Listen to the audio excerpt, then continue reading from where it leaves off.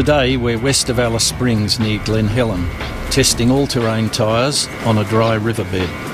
The beauty of this location is that it gives us a range of surfaces, from harsh river rocks to soft deep sand. I'm here with Bridgestone's product planning manager Neil Johnson to have a look at tyre setup for such varied terrain and the measures you need to take to get the best out of your tyres. Right, Neil, so we've driven off the highway and we're now in this beautiful gorge and we're going to be doing some severe off-roading. So sandy and stony, so we're now lowering pressures from highway.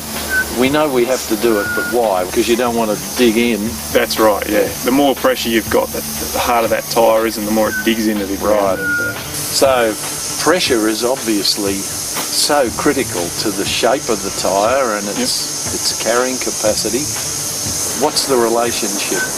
It's the pressure inside the tyre, the air itself, which carries the load and not the tyre itself. And that's really important for people to remember and understand that when you go off-road and you let your pressures down, probably the most important thing to remember is to remember to pump them back up.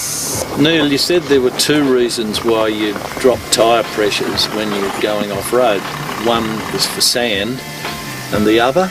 The other is rocks and sharp objects that you encounter on the road. And this is probably a bit of an extreme example where the sidewall's deflecting more than it probably might usually. Yep. But it illustrates our point, and that is that when you lower the pressures, you reduce the incidence of a sharp object going into your tyre. Because it'll bend, it'll comply bend rather than be rigid and allow that puncture. thing to be staking through. Okay. But of course, if you had a passenger car type construction, the sidewall's not as thick, not as durable as this. Durable to be able to take the punctures that might come in the sidewall. Alright Neil, we've had our fun in the sand and the stones and now we're heading back onto the blacktop. So what is the punter's best guide to the right pressure? The best guide to the right pressure is the tyre pressure placard, which is on the driver's side door of most vehicles. It'll tell you, in most cases, probably just one placard pressure to run in the front and the rear.